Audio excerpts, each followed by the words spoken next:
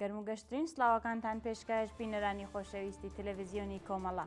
بە یارمەتی هاوڕێیانی هاوکارم لەگەڵتانم بۆ پێشکەشکردنی هەواڵەکانی سەر لە بەیانی ڕۆژی یەکشەممە. سەرەتا سەردێڕی چەند هەواڵ: کۆبوونەوەی کرێکارانی پترۆشیمی ئیلام، ئاگرگرتنی دارستانەکانی چیای چوارزبری ماهی دەشت، ناڕەزایەتی بەشی فریاگوزاری خێرای نەخۆشخانەی شاری فەسا، ناڕوونی چارەنووسی دوو هاوڵاتی دەستبەسەرکراو لە زاهێدان و مانگرتنی کرێکارانی شێرکەتی گەوهەرزەمین لە شاری سیرجان.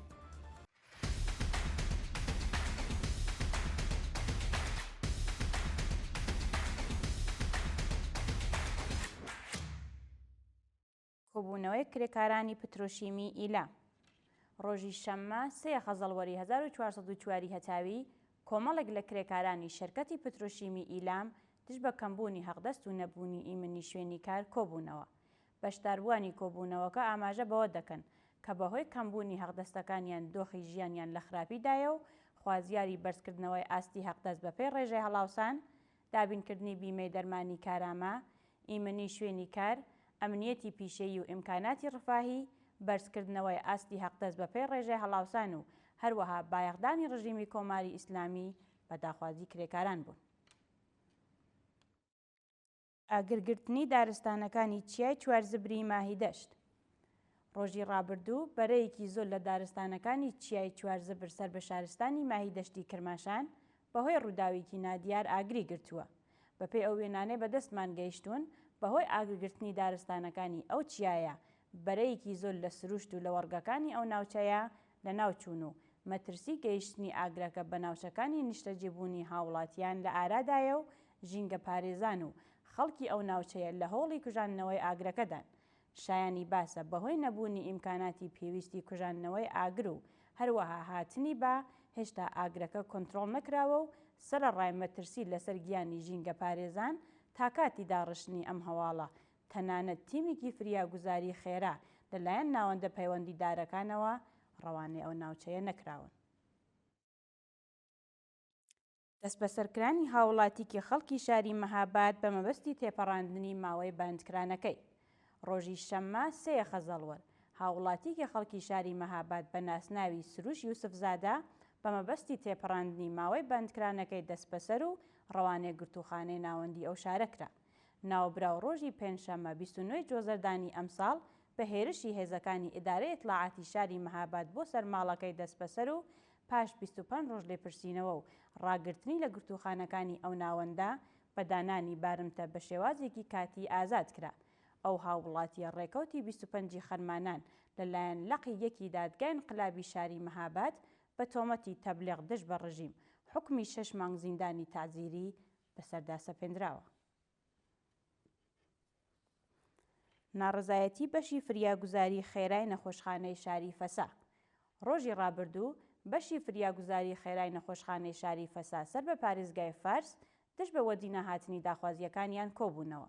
بەشداربووانی کۆبوونەوەکە بە وتنەوەی دروشم و هەڵکردنی پلاکارد، خوازیاری پێدانی هەقدەست و مەزایە دواخراوەکان، بەرزکردنەوەی ئاستی هەقدەست بەپێی ڕێژەی هەڵاوسان، پێدانی کارانە و ئیزافەکاری، دابینکردنی ئەمنیەتی پیشەیی و بیمەی دەرمانی کارامە، کۆتایی هاتنی گوشاری ناوەندەکانیان و ببورن کۆتایی هاتنی گوشاری ناوەندە ئەمنیەکان لەسەر کادری دەرمانی ناڕازی لە ئێران و هەروەها بایەخدانی بەرپرسانی ڕژیمی کۆماری ئیسلامی بە داخوازیەکانیان بوون.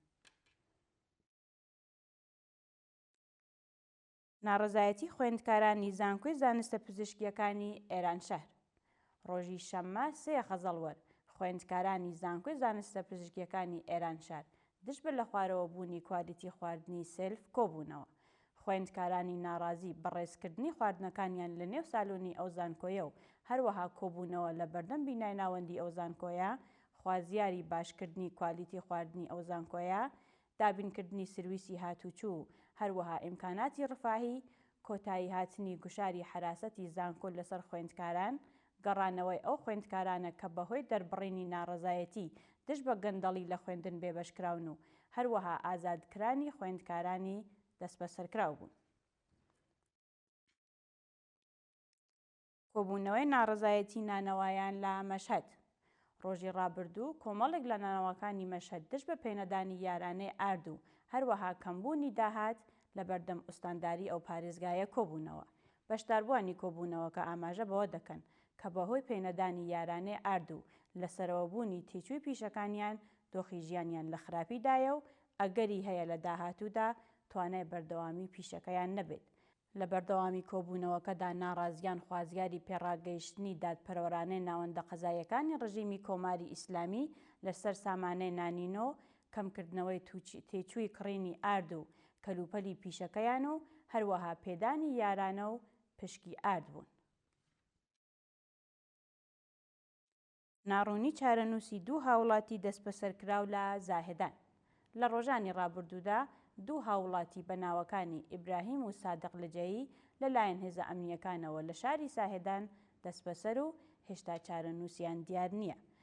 بەپێی راپۆرتەکان ئەو دوو بەندکراوە ڕۆژی سێشەمە و چوارشەمە 29 ڕەزبەری ئەمساڵ بە هێرشی هێزەکانی ئیدارەی ئیتلاعاتی شاری زاهدان بۆ سەرماڵەکەیان دەستبەسەر و ڕەوانێک گرتوخانەکانی ئەو ناوەندە کراون. شایانی باسە سەرەڕای بەدواداچوونی بنەماڵەکانیان لەسەر دۆخی تەندروستی و شوێنی ڕاگررتنیان تا کاتی داڕشتنی ئەم هەواڵە سەبارەت بە ئەو دوو دەستبەسەرکراوە زانیاریەک لە بەردەستانیە.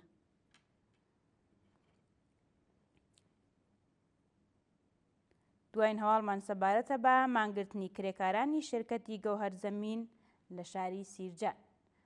ڕۆژی ڕابردوو کرێکارانی شرکەتی گەوهەرزەمینی سیرجان سەر بە پارێزگای کرمان دژ بە بایەخنەدانی بەرپرسان بە داخوازیەکانیان دەستیان لە کار کێشا و کۆبوونەوە.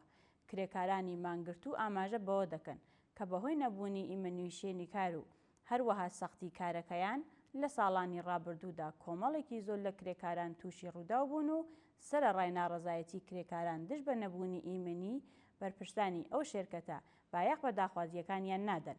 لە بەردەوامی کۆبوونەوەکەدا مانگرتووان خوازیاری بەرزکردنەوەی ئاستی حەقدەست بەپێی ڕێژەی هەڵاوسان، دابینکردنی بیمەی دەرمانی کارامە، ئیمنی شوێنی کار، ئەمنیەتی پیشەیی و ئیمکاناتی ڕفاهی، پێدانی حەقدەست و مەزایە دواخراوەکان و هەروەها وەدی هاتنی داخوازیە دواخراوەکانیان بوون.